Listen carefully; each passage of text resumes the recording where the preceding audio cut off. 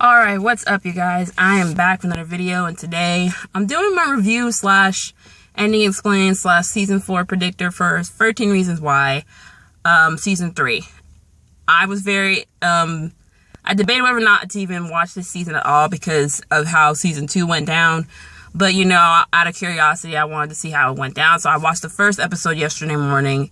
And then, you know, I was kind of bored of it. I was like, okay, let me just skip to the last episode. And then I was like, okay, let me go back. And I watched it actually backwards, which I've never done before. And honestly, from just a viewer's perspective, I honestly prefer this season more than season 2. Because I felt like this season was kind of a redemption season for the show itself because of all the backlash it had, of how they handled the characters. Like, it kind of drifted from what season 1 was, and season 3 kind of brought back, you know, where it started, but also we also got closure and justice for a lot of these characters. We separated ourselves from Hannah Baker. We're finally letting her rest in peace, but we'll get to that part, her slight mention later. But basically, the season starts off 8 months after the whole homecoming thing. Not homecoming. Spring fling. Spring fling, the 8 months after that. Now, I thought we were going to focus on the whole Tyler thing, but no, we were focusing on who killed Bryce. Bryce is reported missing in the first episode. We don't find out until the second episode at the end that he's actually dead. And basically, it's playing out all the scenarios of who could have killed him, everything leading up to that night at the homecoming game. And, you know, everyone is a suspect, and everyone has something, you know, a motive to come at Bryce at, okay? Y'all made us try. Y'all tried to make us feel sorry for Bryce so bad. Let's just go straight into Ani, okay? Ani annoyed me so much in the first couple episodes. She was just too nosy, just too blunt. I'm just like, even though I'm blunt, the girl, you too nosy. And then she tried to humanize Bryce so much. I'm like, dude, you do realize this man assaulted girls, right? More than one. Someone that you're friends with, by the way. I'm like, God damn. And then her and Clay become a thing. I'm like, Clay. Jensen, come on. Like, Clay has this Captain Save-A-Ho mentality, and, you know, he's trying to save everybody and take care of everybody. Dude, take care of yourself. Take care of yourself. And I feel like, you know, he still has that. And, you know, I feel like he's working on it now. If we're being so real, I'm honestly I'm okay with how characters dealt with their stuff. A lot of characters addressed their stuff. Side note, y'all cut a bunch of characters out of the season this year because of the budget. Like, we ain't got Sherry no more, and y'all just like, y'all took her out when her story was really getting, like, actually good. Y'all took out Marcus, you know, even though he should have just left anyway because of the whole stripper thing. Y'all took out the poet guy, and then that one guy that was almost Monty's boyfriend before Caleb came around. I'm like, y'all out here taking my good characters. Like, god dang. Like, I mean, I know we got Ani, but, like, there's literally 0 to none black people on this show, except for Mr. Porter. Mr. Porter, I don't know why we brought him back, okay? That's just my opinion. The main things that I took away from this season that I was really, like, interested in was Jessica and Tyler's storylines. They both went through, you know, experiences, but the different degrees, if you know what I'm talking, if you understand what I mean. Jessica, you know, she's found a new purpose for herself that she didn't have before. She is on student council as the president. She's also leading a feminist group and standing up for survivors of sexual assault. And it's just, to see how she started in the beginning of the series to where she is now, she has found her strength, her voice to be okay. And even though that memory is still within her, she's not going to let that define her. And I love that so much.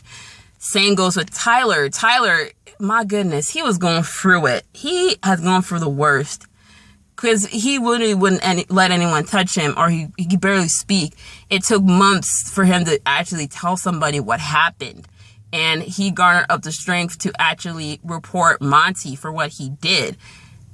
And let me go to the second to last episode where we had the sort of assembly with the two schools. Jessica had basically came out and stood up for survivors, and everyone stood up, and that was Tyler standing up saying that basically, I'm not gonna let this run my life anymore. And then we find out Justin had gone through it. I'm like, Justin! And we found out all the stuff with him, and basically, all of that. And, you know, both of them found their closure and their clarity. And at the end of the last episode, Tyler had his photo exhibit, and I just loved it so much. But at the same time, I already know y'all gonna mess that up with season 4 because y'all found the guns in the river. Tony, why'd you throw it in the river? Why? That's a rookie move. That's a rookie move, man. Let me just get on to the whole Bryce thing. I know when you're finding out who killed somebody, you examine their life leading up to their death. Y'all may have tried to sympathize with Bryce so bad.